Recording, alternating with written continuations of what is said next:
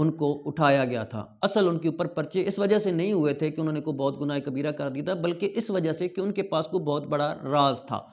اور وہ راز شاید ابھی بھی ان کے پاس ہے جو وہ اگلوا نہیں سکے۔ اس کی وجہ سے پھر ارشد شریف کے اوپر ان کو یہ ظلم کی انتہا کرنی پڑی، اور ان کے ناخن نوچنے پڑے، ان کے اوپر تشدد کرنا پڑا، اور تشدد کرنے کے بعد ان کو قتل بھی کرنا پڑا، کہ جو باتیں ہم نے ان سے پوچھی ہیں اور جن لوگوں نے پوچھی ہیں کل یہ ان کے نام بھی نہ اگل دیں۔ ناظرین، اس میں ایک جو راز ہے وہ ہے عمران خان کی وہ ویڈیو جس میں انہوں نے 4 بندوں کے نام لے کے محفوظ کیا ہوا ہے، اور وہ نام الگ ہیں جو پچھلی جب ان کے اوپر فائرنگ ہوئی تھی تو 3 نام لیے تھے، یہ ان 3 ناموں کے علاوہ 3 وہ نام ہیں۔ ناظرین، اس میں ایک نام وہ بھی ہے جس نے وزیراعظم ہاؤس میں داخل ہو کر تھپڑ مارے یا مروائے تھے۔ ناظرین، یہ ایک ریومر ہے، ایک افواہ ہے، لیکن میرا ایک تجزیہ ہے، میں اپنا تجزیہ پیش کر رہا ہوں، میرے پاس کوئی خبر نہیں ہے، میں ان تمام واقعات اور حالات کے مطابق اب یہ تجزیہ کر رہا ہوں۔ ناظرین، اب وہ راز یا تو چند صحافی جو اس وقت رجیم چینج کے وقت عمران خان کے ساتھ آخری وقت تک موجود رہے تھے ان کے پاس ہے، یا پھر ان چند سیاستدانوں کے پاس جس میں اسد عمر اور اعظم سواتی وغیرہ ہیں۔ ان میں سے متعدد لوگوں کو اٹھایا جا چکا ہے اور متعدد لوگوں کے اوپر پرچے کاٹے گئے ہیں، اور ان کو اٹھا کے نامعلوم جگہ پہ رکھا بھی گیا ہے۔ ان کو FIA کے حوالے بھی کیا گیا اور ان کو سیکرٹ ایجنسیز کے حوالے بھی کیا گیا ہے۔ ناظرین، ہم اس کے اوپر یہ بحث ہماری بنتی ہے کہ اگر یہ راز جب تک ان کے پاس نہیں پہنچتا، اور وہ ویڈیو کہاں ہے، ایک تو راز یہ ہو گیا، اور ایک راز وہ ہے جو اس وقت کے صحافیوں کے پاس ہے۔ ناظرین، ایک بات کہ آپ نے کامن ہے اور وہ آپ نے دیکھی ہوگی، 3 ہی صحافی اس وقت بڑے صحافی اور اینکر پرسن موجود تھے، ارشد شریف، صابر شاکر اور عمران ریاض خان۔ ان تینوں کے اوپر عرصہ حیات تنگ کر دیا گیا، ان کے اوپر پاکستان کی زمین تنگ کر دی گئی، اور ان کو نمونہ عبرت بنا دیا گیا ہے۔ اور وہ لوگ جنہوں نے اس کے بعد عمران خان PTI چیئرمین اور سابق وزیر اعظم کا جنہوں نے انٹرویو کیا، ان کی حالات بھی کچھ زیادہ اچھے نہیں ہیں۔ اس میں ایک مثال صدف کی بھی ہے، جس نے بڑے شوق سے، بڑے چوک کے ساتھ، بڑے مان کے ساتھ عمران خان کا انٹرویو کیا تھا، اور وہ بہت خوش تھی، اور اس خوشی کی وجہ چند ہی لمحات تھے۔ اس کے بعد یا تو جو ٹریلر چل رہا تھا، جو کنٹینر ہے، وہ جب چلتا ہے تو اپنے پیچھے ہوا کا ایک دباؤ بناتا ہے، اس دباؤ کے پیچھے وہ بھاگ رہی تھیں، اور ممکن ہے کہ وہ دباؤ ہوا کا جب وہ قریب پہنچی ہوں تو اتنا زیادہ ہو کہ اس ہوا نے ان کو اپنے نیچے کھینچ لیا ہو۔ ایک یہ بھی ہو سکتا ہے، اور ایک یہ بھی ہو سکتا ہے کہ جب وہ بھاگ رہی ہوں تو ان کو کسی نے ٹریلر کے نیچے دھکا دے دیا ہو، اور یہ بھی ہو سکتا ہے کہ ان کا پاؤں پھسلا اور وہ اس کے نیچے چلی گئی ہوں۔ لیکن آپ ایک بات کامن ہے کہ انہوں نے عمران خان کا انٹرویو کیا تھا۔ ناظرین، جنہوں نے انٹرویو کیا ان کی جابز چلی گئیں، میں پھر دوبارہ بتا رہا ہوں، ان کی پہلے پروگرام بند کروائے گئے، ان کو چینل سے نکلوایا گیا، پھر ملک سے نکلوایا گیا، اور ایک صحافی ایسے بھی ہیں جن کو ملک سے نکلوانے کے بعد قتل کروا دیا گیا۔ ناظرین، یہ طاقتور حلقے اتنے زیادہ طاقتور ہیں کہ کسی ملک میں بھی جا کے کارروائی کر سکتے ہیں۔ میں کسی کا نام نہیں لے رہا، تاہم ارشد شریف کے پوسٹ مارٹم رپورٹ کے میں یہ بتایا جا رہا ہے کہ اس کی انگلیاں میں ناخن نیل گاڑے گئے، اس کے ناخنوں کو نوچا گیا، اور اس کے بعد پھر اس کو وہاں گولی ماری گئی، اور وہاں سے بدلے لیے گئے کہ جہاں سے وہ سانس لیتا ہے وہاں بھی گولی ماری گئی، اس کے جہاں سے اس کا دل دھڑکتا تھا وہاں بھی ماری گئی، اور وہ عضو اس کے سر میں گولی ماری گئی جہاں سے وہ سوچتا تھا، اور تاکہ یہ ایک نمونہ عبرت بنا دیا جائے۔ ناظرین، اس ارشد شریف کے قتل کے بعد کیا ارشد شریف نے ایسا کوئی راز اگل دیا تھا؟ کیا کوئی ایسا نام لے دیا کہ کس کو وہ راز پتہ ہے اور کس کے پاس وہ راز محفوظ ہے، جو راز یہ رجیم چینج والے جاننا چاہ رہے ہیں؟ تو اس کی زندگی تو خطرے میں ہے ہی، اگر ارشد شریف نے کسی کا نام لیا ہے تو۔ ناظرین، یہاں پر وہ بندے بھی خطرے میں ہیں اور وہ سیاستدان بھی خطرے میں ہیں جن کے پاس وہ راز محفوظ ہے۔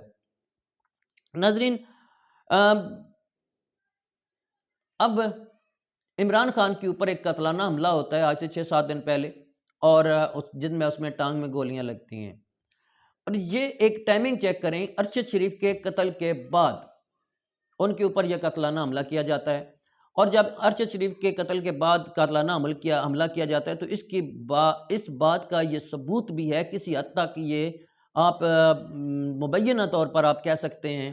کہ عمران خان کے اوپر وہ قاتلانہ حملہ ہوتا ہے تو ارشد شریف کے پاس ایسا کوئی راز تھا؟ آخر وہ انسان ہے، وہ کتنی دیر تک وہ چیخ سکتا تھا، چلا سکتا تھا، برداشت کر سکتا تھا جب اس کے ہاتھوں میں کیل ٹھونکے جا رہے ہوں، جب وہ ایک صحافی تھا، کوئی آرمی پرسن تو نہیں تھا، کوئی باڈی بلڈر تو نہیں تھا، کوئی ایسا تو نہیں تھا، کوئی وہ انڈر ورلڈ کا ڈان تو نہیں تھا کہ وہ برداشت کر سکتا۔ آخر اس نے کچھ نہ کچھ تو بتایا ہوگا، اور اس کے بتانے کے بعد جو کچھ اس کے بتایا، اس کے بعد عمران خان کا قتل ہونا لازمی ٹھہر گیا تھا۔ اس لیے عمران خان کے اوپر قتل کا حملہ ہوا۔ یہ الگ بات ہے کہ عمران خان صاحب اس میں سے اللہ تعالیٰ نے ان کو محفوظ رکھا اور ہمارے درمیان رکھا۔ اب بات یہ ہے کہ عمران خان صاحب کی زندگی تو خطرے میں شروع سے تھی اور رہے گی، اسی کے ساتھ ساتھ ان صحافیوں کی زندگی بھی خطرے میں ہے جن کو یہ راز پتہ ہے۔ ناظرین، جو تھپڑ مارنے والا راز تھا، یہ عمران ریاض صاحب کئی دفعہ اپنی ویڈیوز میں بتا چکے ہیں کہ ایسی کوئی بات نہیں تھی۔ صابر شاکر صاحب یہ کہہ چکے ہیں کہ ایسی کوئی بات نہیں تھی، ہم آخری وقت تک موجود رہے تھے، اور ایسی کوئی بات نہیں کہ عمران خان صاحب کو کسی نے تھپڑ مارا تھا۔ تاہم یہ جو حکومتی نواز صحافی ہیں، جو لفافی ہیں، انہوں نے یہ بات بریک کی تھی، یہ خبر بریک کی تھی کہ عمران خان کو اس دن تھپڑ بھی مارے گئے تھے۔ اس دن پریزنر وینز آ گئی تھی، اس دن ساری آرمی وغیرہ الرٹ ہو گئی تھی، اور ایک مارشل لا کا چانس بن چکا تھا جس کی وجہ سے عدالتیں کھلی تھیں۔ ناظرین، یہ تو سب نے دیکھا، لیکن یہ تھپڑ والا معاملہ کسی نے نہیں دیکھا، اس کا کوئی گواہ نہیں ہے، اور اگر کوئی اس کا گواہ ہے تو اس کو بھی دبانا مقصود ہے، اس کو چھپانا بھی مقصود ہے۔ ناظرین، یہ جب تک وہ راز یا تو سینوں میں رہے گا، یا پھر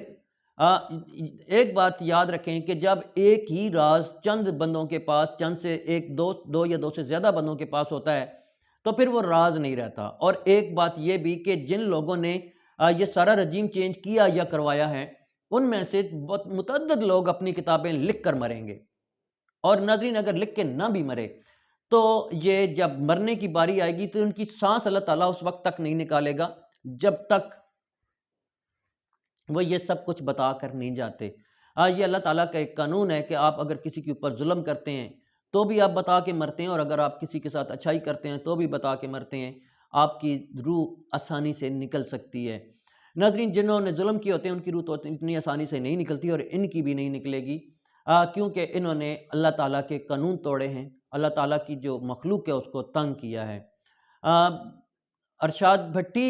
صاحب شاید اس دن وہاں پہ موجود نہیں تھے، لیکن وہ خود ایک نڈر، بے باک اور